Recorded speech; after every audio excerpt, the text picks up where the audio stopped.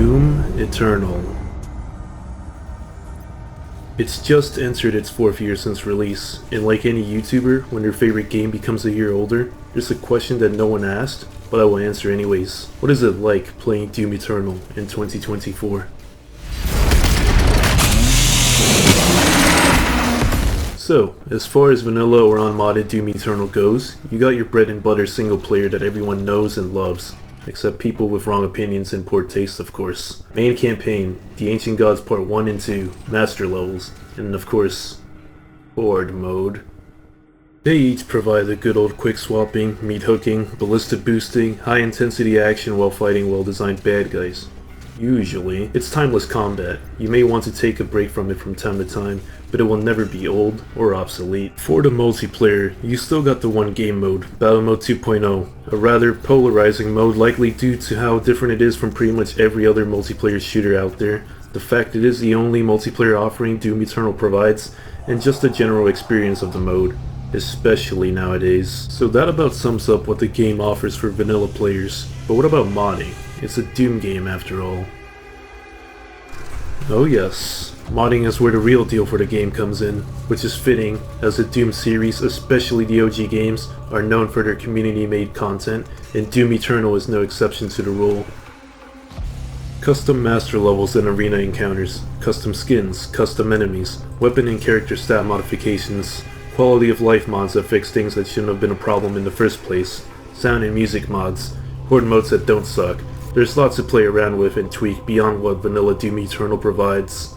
Oh, but most are already familiar with these types of mods, and as awesome as many of those already are, the most impactful ones, I think, are the modded multiplayer mods.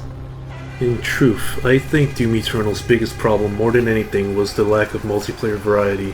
Battle mode, regardless of what people think of it, is just one game mode.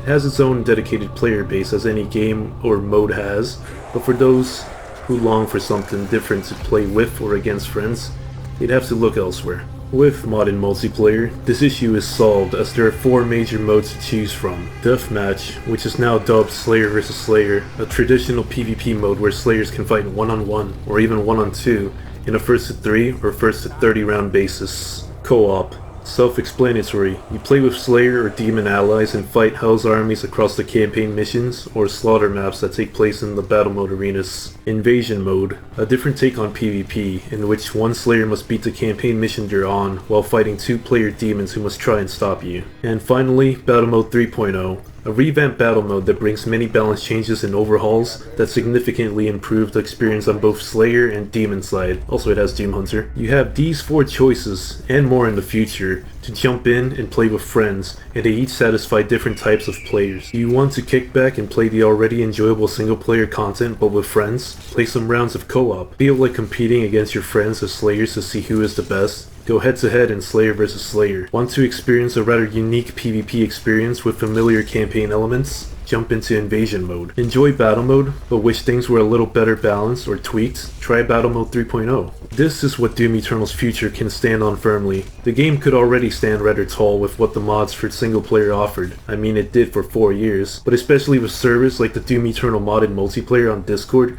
where people are often down to play a round or 2 daily, the multiplayer side of the game, which was once lacking, can now grow and thrive. A side note, but at the time of recording, there is an indication of a potential mod support update of some kind being added to the game.